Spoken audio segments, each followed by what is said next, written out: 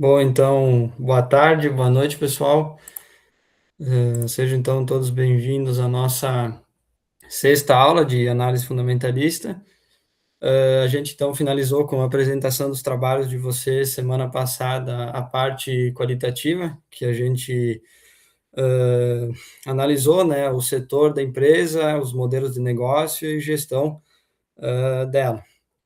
E agora, então, a gente vai para outra parte, a parte final da nossa análise, que é a parte quantitativa, né? Agora a gente vai analisar os números, os índices, fazer cálculos, né? Para basicamente a gente analisar, né, como que está a saúde financeira da empresa que a gente for escolher.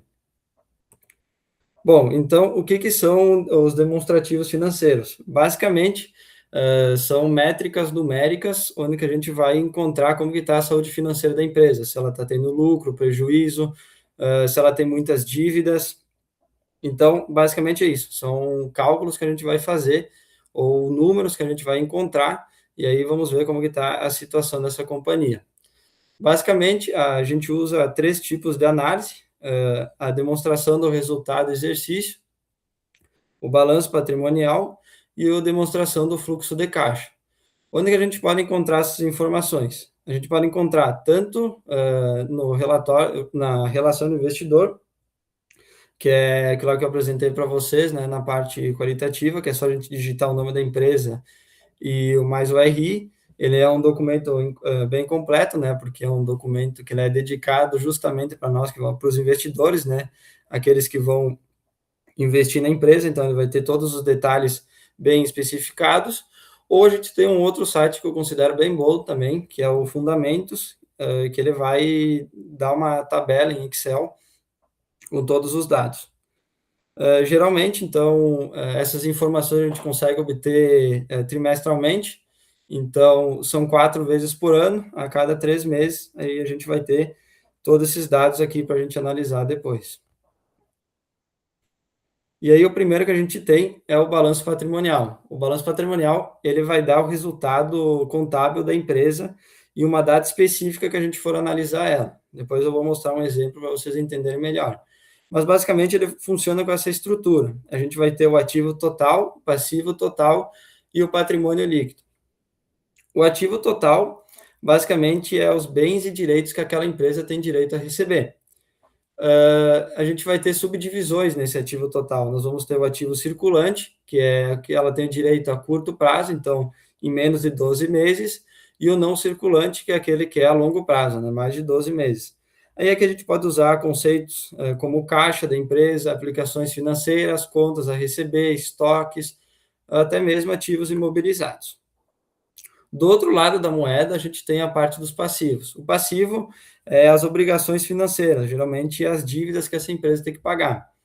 A gente também tem essas subdivisões, o passivo circulante e o não circulante. O circulante é aquelas contas a pagar em menos de 12 meses, então a curto prazo, e o não circulante, que é aquela mais a longo prazo, né, mais de 12 meses. E aí que a gente pode ter obrigações trabalhistas, fornecedores, empréstimos, financiamentos, com instituições bancárias ou até outras empresas. E depois a gente tem o patrimônio líquido. O patrimônio líquido, basicamente, a gente pode considerar como a riqueza real da empresa ou o capital social, porque é o nosso dinheiro, é o dinheiro dos controladores. Então, ele é o dinheiro dos sócios majoritários e dos minoritários, que somos nós que investimos nessa empresa, e assim a gente vai injetar dinheiro para ela depois se reinvestir. O que está no cálculo aqui embaixo. O que quer dizer esse cálculo aqui? Ele é a captação. Então, a gente sabe que a empresa, geralmente, ela não tem como ela fazer seus negócios sem ela ter um aporte financeiro. Geralmente, esse aporte ele pode ser por dois meios. Ele pode ser tanto por meio de terceiros, uma instituição financeira, ou alguma empresa, e aí ela vai fazer, por exemplo, um empréstimo, um financiamento. Por ser um empréstimo e um financiamento, ela vai para a parte do passivo, né? Que depois ela vai ter que pagar esse empréstimo que ela fez. Ou ela tem um outro caminho, que é a partir dos seus investidores, que eles põem dinheiro na empresa, então eles se tornam sócios dessa empresa, e aí essa parte vai para o patrimônio líquido. Aí essa empresa vai pegar, então, a parte dos passivos, mais do patrimônio líquido e vai investir em seus ativos. O que seriam esses ativos? Ela vai expandir a marca dela, ela vai contratar novos funcionários, investir em equipamentos, novas fábricas. Isso são os ativos dela. Então, basicamente, é assim que funciona nesse momento, né, da captação do dinheiro dessa firma. E aí eu expliquei, né, mostrei para vocês que a gente pode pesquisar em 2 lugares. Então, como que a gente pode fazer? Por exemplo, eu vou hoje escolher da Ambev, fazer diferente, uma empresa diferente. Então, eu digito Ambev, RI, e aí aqui ela já vai ter a parte de central de resultados. A maioria das empresas vai mostrar. Então, quando que a gente tem que ir na parte dos resultados, que ó, já saiu, como a gente está já no mês de final, né, do mês de maio, e o trimestre a cada 3 meses, então já saiu o primeiro relatório, né, do primeiro trimestre desse ano. Daí a gente vem aqui, aí ele tem as tabelas de Excel, ou mais detalhado em resultado para o PDF. E a gente desce, desce, desce. Ou vocês podem fazer o que eu expliquei para vocês na análise setorial, que é só vocês apertar Ctrl F, que aí ele vai fazer esse filtro aqui. Aí eu quero o balanço patrimonial. É só aqui, ó, ele já deu a tabela do balanço patrimonial. Ou, além desse documento, eu falei para vocês do site Fundamentos. Já estou com ele aqui. Aí a gente entra aqui, a gente tem que digitar, né, o ticket da empresa, então, da Ambev. A gente vem aqui, vemos aqui no que está escrito dados históricos, balanço Excel, aí é só digitar esse código aqui que aí ele vai baixar a planilha. Eu já baixei ela está aqui, já. E aí aqui a gente tem, por meio da planilha do Excel, todas as informações do balanço patrimonial da empresa. E aí, como que vocês podem ver, deixa eu mostrar aqui, por exemplo, no documento. Daí, como vocês podem ver, então a gente tem a divisão do balanço patrimonial, a estrutura dele, o ativo circulante, ativo não circulante, aí todos os dados, os cálculos, né, que resultaram no valor desse ativo circulante, aqui é a mesma coisa. Daí a gente tem o ativo total, esse valor. A mesma coisa o passivo a gente tem o passivo circulante, não circulante, a soma dos dois nos dá o nosso passivo total. Aí depois disso a gente vai ter, então, também o nosso patrimônio líquido. Então, basicamente assim que funciona o balanço patrimonial. E aí ele é uma análise que a gente faz numa data específica. Então, todos esses dados, esses números aqui que eu estou analisando do balanço patrimonial, eles foram retirados ou eles terminaram nessa data aqui, 31 de março de 2026. Então, eu estou analisando esses números dessa data. Se eu pegar numa data qualquer diferente, aí os números serão diferentes. Então, esse é o balanço patrimonial. A gente vai analisar esses números, essas métricas numéricas nessa data específica.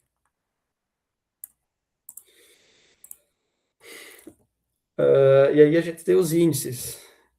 Hoje, para a aula, eu foquei mais de mostrar, né, os demonstrativos financeiros, porque se eu ir muito para a parte dos índices, eu quero focar mais nessa parte dos índices na próxima aula, que é a parte dos indicadores fundamentalistas. Aí na próxima aula eu vou estar mais focado nisso. Hoje eu só dei uns exemplos para vocês para mostrar como a gente pode calcular, mas o foco principal desses índices, porque também tem os índices do DRE, que eu vou apresentar depois, e do fluxo de caixa, mas aí vai ficar mais para a próxima aula. Mas, por exemplo, um exemplo de índice aqui que a gente pode utilizar do balanço patrimonial. Esse aqui é a capitalização seca. O que é a capitalização seca? A gente pode entender ela por meio da equação. Aqui a gente tem o patrimônio líquido, que ele está no numerador, e o passivo total, que ele está no denominador. Então, o que a gente pode comparar? A gente pode ver de quanto, o valor que essa empresa ela usa de captação, quanto ela recebe de aporte que vem do seu patrimônio líquido em relação a capital de terceiros. Por isso que é sempre bom dar um valor alto, que aí se dá um valor alto, vai mostrar que ela capta mais dinheiro do próprio capital social dela do que de empréstimos e financiamentos, porque se a gente tem bastante empréstimo e financiamento e da situação que está o nosso país hoje com juro alto, depois é ruim, né, para a empresa pagar. Então, como que a gente pode fazer esse cálculo aqui? Eu vou fazer aqui no Excel, que aí ele dá o resultado mais preciso, só vou escrever aqui para não não me perder. Aí ele pega, então a gente pode pegar o patrimônio líquido, dividir tanto pelo passivo circulante, como pelo passivo não circulante, que está aqui. Essa área redonda, deixa o som diminuir, aqui. Então, ó, a gente consegue ver, a partir desse cálculo, que a cada R$ 1,74 do patrimônio líquido, a gente tem R$ 1 de dívidas. O que isso quer dizer? Quer dizer a parte do patrimônio líquido ela é 74% maior que o passivo. Então, quer dizer que a empresa, os aportes que essa empresa tem, é 74% a mais patrimônio líquido do que capital de terceiros. Então, é um índice, é um resultado do índice muito bom, que aí mostra que a empresa ela usa o investimento dos seus ativos mais dos sócios, que somos nós, do que dinheiro de bancos ou outras empresas que financiam essa empresa. Aí a gente tem outros cálculos também. Esse aqui da parte de disponibilidades. Aqui ele vê geralmente como que está o caixa dessa empresa, se ele teve uma certa variação. Aqui a gente pode fazer uma análise gráfica, que aí é sempre bom a gente analisar se o gráfico ele teve um fluxo constante ou crescente. Então, se ele teve um fluxo constante ou crescente, mostrou que a empresa possa ter tido um crescimento no seu caixa. Então, quer dizer que ela teve mais retorno financeiro. E aí a gente pode fazer assim, ó. Só diminuir. Opa, peraí. Aqui.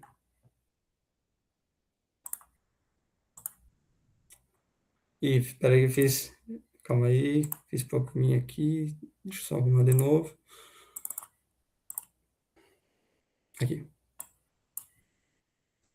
Tá. Estão vendo alguma coisa aí, gente? Não? Peraí.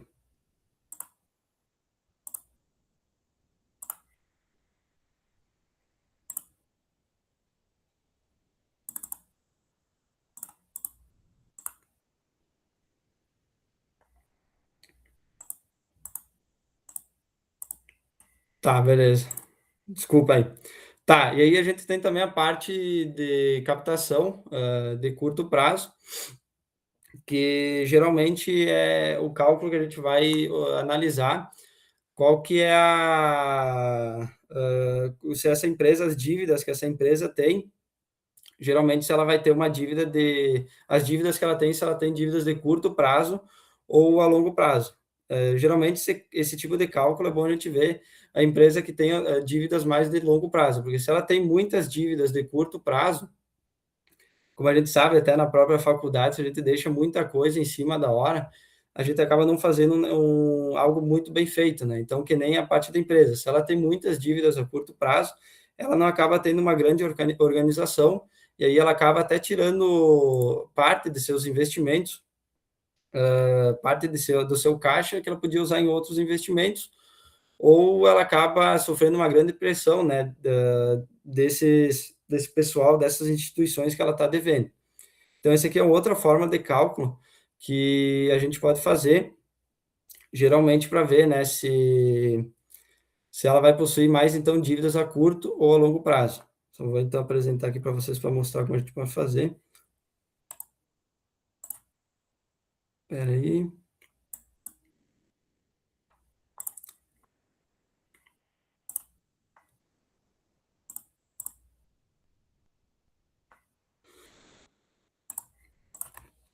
Tá. Aqui, ó. Para fazer como? Que nem eu expliquei, a gente pode, então, pegar aqui, ó, captação de curto prazo.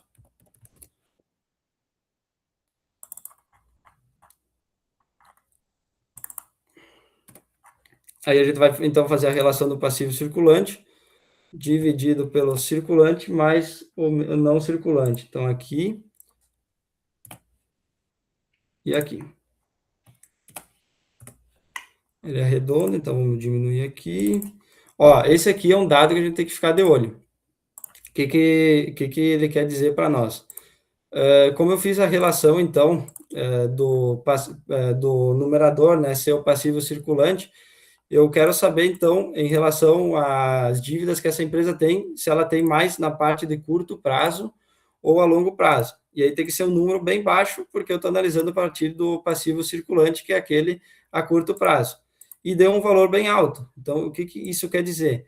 A gente pode pensar que, por exemplo, essa empresa tem R$ 100 de dívida, R$ 80 dessa dívida é curto prazo. Então, R$ 80 que ela tem que pagar com uma certa antecedência. E aí isso acaba sendo um índice ruim, né? Porque, que nem eu expliquei, ela acaba tirando parte de seus recursos de investimentos que ela poderia fazer em outros ativos, ou até mesmo ela acaba não tendo dinheiro suficiente na hora do pagamento. Mas também não é um índice que precisa se desesperar, é mais mesmo, né, para ter um certo controle depois que a gente fazer a análise dessa empresa.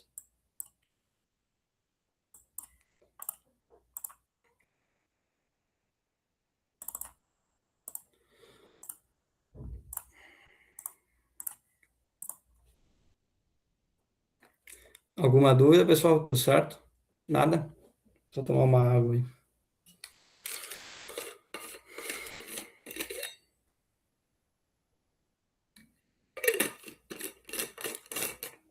Aí outro tipo de análise que a gente vai ter é a demonstração do resultado do exercício.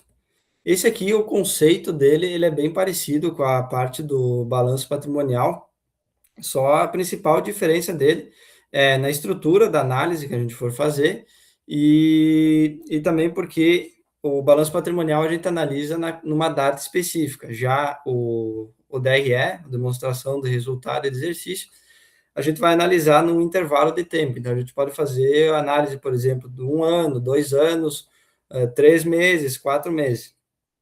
Então, essa é a principal diferença, mas ele também vai analisar o resultado contábil da empresa, só que ele vai analisar num intervalo de tempo. E aí, como que é a estrutura dele? Então, a gente vai ter a receita bruta da empresa, que todo aquele dinheiro dela sem descontar nada. Aí depois a gente vai descontar sobre receita, devoluções e descontos, e a gente vai ter a receita líquida, depois vai descontar com o custo dos produtos vendidos, que aí vamos ter o lucro bruto. Depois a gente vai descontar com despesas com vendas gerais e administrativas, e aí a gente vai ter o lucro operacional, o EBIT. Vocês vão ver que, principalmente na próxima aula, a gente vai discutir bastante sobre os lucros operacionais, o EBIT e o EBITDA. O EBIT, a diferença dos dois, basicamente, é que o EBITDA, ele não calcula a depreciação e a amortização, por isso que ele tem o EBITDA, e aí o EBIT, que é o mais curto, ele calcula a depreciação e a amortização, por isso que essa é a diferença dos dois. Aí a gente vai ter o resultado financeiro, que pode ser tanto positivo ou negativo. Depois nós vamos ter o lucro antes do imposto de renda, e aí a gente vai ter ainda mais o desconto do imposto de renda e contribuição social. E aí, por fim, nós vamos ter o lucro líquido. Aqui é a parte que mais interessa para nós de toda a nossa análise da demonstração do resultado do exercício. Por quê? Porque a partir desse lucro, dependendo do lucro que essa empresa tiver, ela vai distribuir em forma de dividendos ou ela pode se reinvestir valorizando a empresa e assim aumentando, né, o valor da ação também. Então, esse aqui é o ponto principal da nossa análise. E aí, de novo, como que a gente pode olhar a demonstração, resultado, exercício?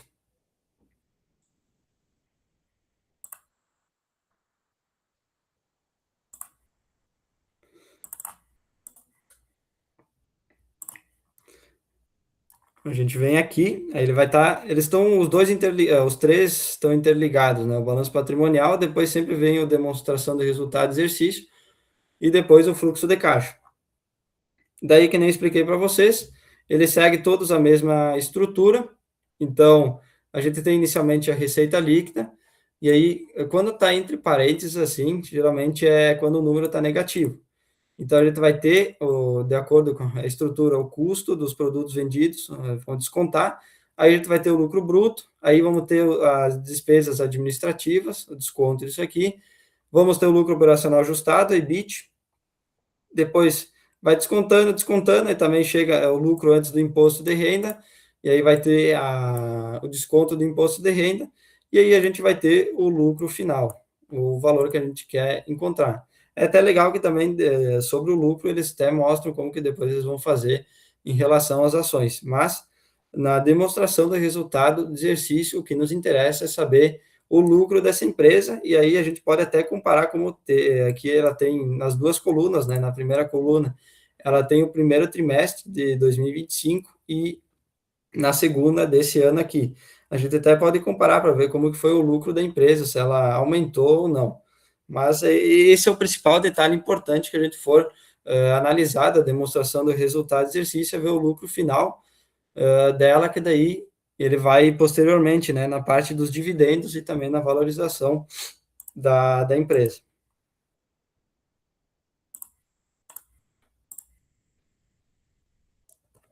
Aí, aqui só, novamente, só para especificar para vocês como que a gente pode diferenciar os dois tipos de análise. Então, o DRE ele pode funcionar como uma ponte, como ele serve, né, como um intervalo de tempo. A gente analisa, então, por exemplo, o balanço patrimonial com patrimônio líquido diferente, e aí como que tem o DRE no meio, então a gente vai ter as receitas menos as despesas, vão ter o lucro, e aí depois desse intervalo de tempo, o balanço patrimonial que a gente tem analisado dessa data específica, ele vai ter, por exemplo, seu patrimônio líquido diferente do que a gente analisou na primeira vez. Então, basicamente, a gente pode pensar assim, ó, como os dois, o conceito deles são parecidos, tirando a parte de estruturas, a gente pode pensar que o balanço patrimonial ele funciona que nem uma foto, é uma coisa estática, não é uma coisa que vai alterar a análise que a gente vai estar fazendo nessa data específica. Já o DRE, como ele funciona no intervalo de tempo, esse tipo de análise, a gente pode comparar que nem um vídeo, que aí o vídeo, como vai passando o tempo, ele vai, por exemplo, as pessoas vão conversando, vão dando risada, aparece um cachorro, então não é uma coisa estática, não é que nem uma foto que vai estar assim e não vai alterar nada. O conceito do vídeo que vai alterar e vai ter bastante mudança. Então, a gente pode pensar o balanço patrimonial como uma foto, uma coisa estática que não vai alterar, que é a análise de uma data específica, e o DRE a gente pode pensar então como uma análise em um intervalo de tempo que vai surgir alterações por justamente, né, ser nesse intervalo de tempo. Alguma dúvida, pessoal? Tudo certo? Show, então. E aí aqui, por último, a gente tem então a demonstração de fluxo de caixa. Esse aqui ele é diferente, porque pelo próprio nome diz, né, ele é focado na análise do caixa da empresa, na movimentação financeira, na entrada e saída de dinheiro, da liquidez dessa companhia. Então, ele também tem que nem os outros, ele vai ter uma estrutura, então a gente vai ter o fluxo de caixa inicial, e aí ele vai seguir o desconto desses três fluxos até a gente chegar no nosso fluxo de caixa total. Então, primeiro a gente tem o fluxo de caixa operacional, é bom ele sempre ser positivo. Depois a gente tem o fluxo de caixa de investimentos, que geralmente ele é negativo, e o fluxo de caixa de financiamentos, que ele pode ser tanto positivo como negativo, e aí após esses três tipos de fluxo de caixa, a gente vai ter o fluxo de caixa total. Aí o que é o fluxo de caixa operacional? É o fluxo de caixa que remete às operações dessa empresa. Geralmente é sempre bom ele ser positivo, porque tendo o fluxo de caixa operacional positivo, mostra que a empresa ela teve bastante venda e prestação dos seus serviços. Agora, ela também tem a parte de saídas, que aí é o pagamento de funcionários, fornecedores, bancos, entre outros. E aí, depois disso, a gente tem o fluxo de caixa de investimento. Geralmente, claro, na parte teórica, mas teoricamente é sempre bom a empresa ter um fluxo de caixa de investimento negativo, porque justamente por focar na parte de investimento, se ela tem um fluxo de caixa de investimento, ela está investindo em novos ativos, novas aplicações financeiras que, teoricamente, pode dar um retorno financeiro futuramente. Claro, pode acontecer da empresa ter um fluxo de caixa negativo de investimento, só que ela acabou investindo em alguma coisa ruim que pode prejudicar ainda mais ela futuramente. Mas, na parte, teoricamente, é sempre bom ela ter esse fluxo de caixa negativo, que mostra que ela está investindo em novos ativos. E aí, depois disso, a gente vai ter o fluxo de caixa de financiamento. Esse aqui, então, vai remitir, né, remete à parte dos financiamentos, empréstimos que essa empresa faz para bancos ou outras empresas ou outras pessoas jurídicas. E aí, como que a gente pode olhar também aqui a nossa análise?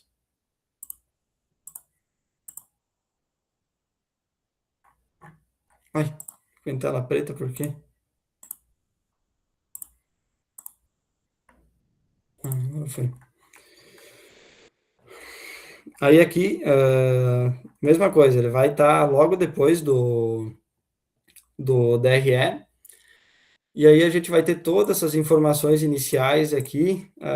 Não são, eu não olho muito, mas tem coisas interessantes, que tem a parte dos dividendos, juros, mas a gente pode analisar a partir desses três fluxos de caixa: operacional, investimento e financiamento. Então, se a gente for olhar do primeiro trimestre desse ano, ela teve um fluxo de caixa operacional bem grande, porque se a gente for comparar do ano passado, houve um aumento de mais de 100%.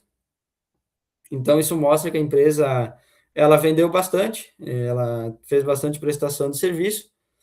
Aí, depois disso, a gente olha também o fluxo de caixa das atividades de investimento.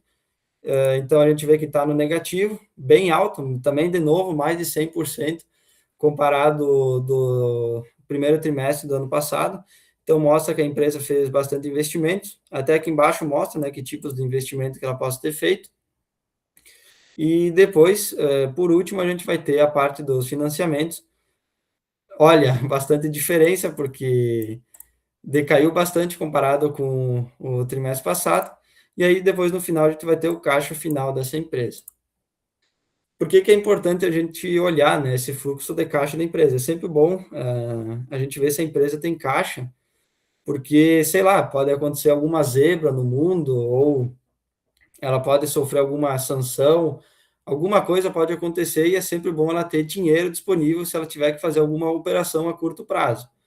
Ou até mesmo se ela, mesmo ela tendo um DRE, um lucro líquido positivo, às vezes ela pode demorar para receber esse dinheiro. E aí não quer dizer que ela tendo esse lucro líquido positivo, ela vai ter, né, caixa também no momento. Então é sempre bom a gente analisar como que está o caixa dessa empresa, se, por exemplo, né, der algum problema e se ela tem dinheiro, né, para resolver esse problema até a curto prazo.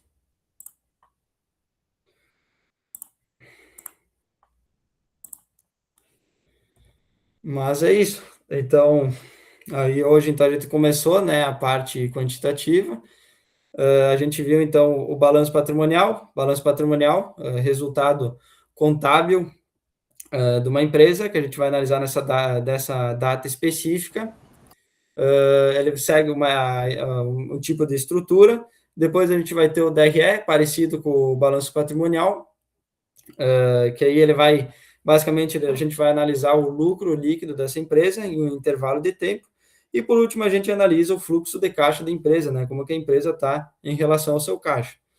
Esses dados são muito importantes. O balanço patrimonial é importante para a gente ver as relações de dívidas, principalmente, né? Para a gente ver como que está as dívidas dessa empresa e se essa empresa tem muitas dívidas de curto a longo prazo. Até também a parte do patrimônio líquido, né? É interessante a gente ver se essa empresa está, os aportes financeiros dessa empresa estão vindo bastante dos seus investidores.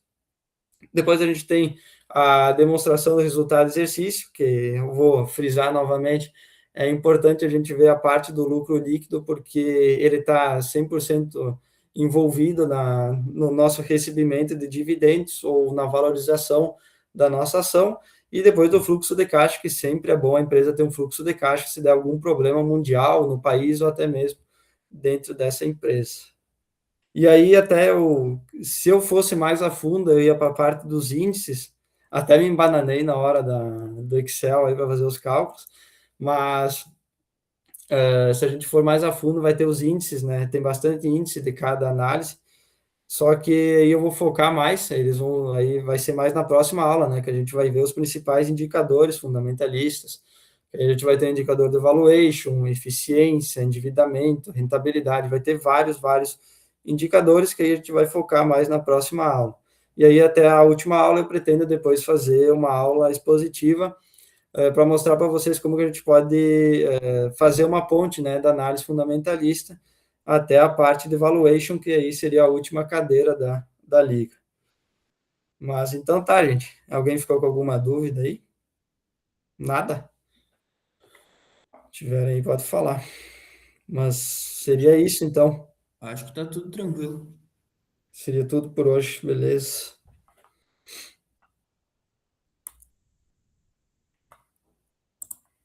Se tiverem qualquer dúvida aí, podem chamar.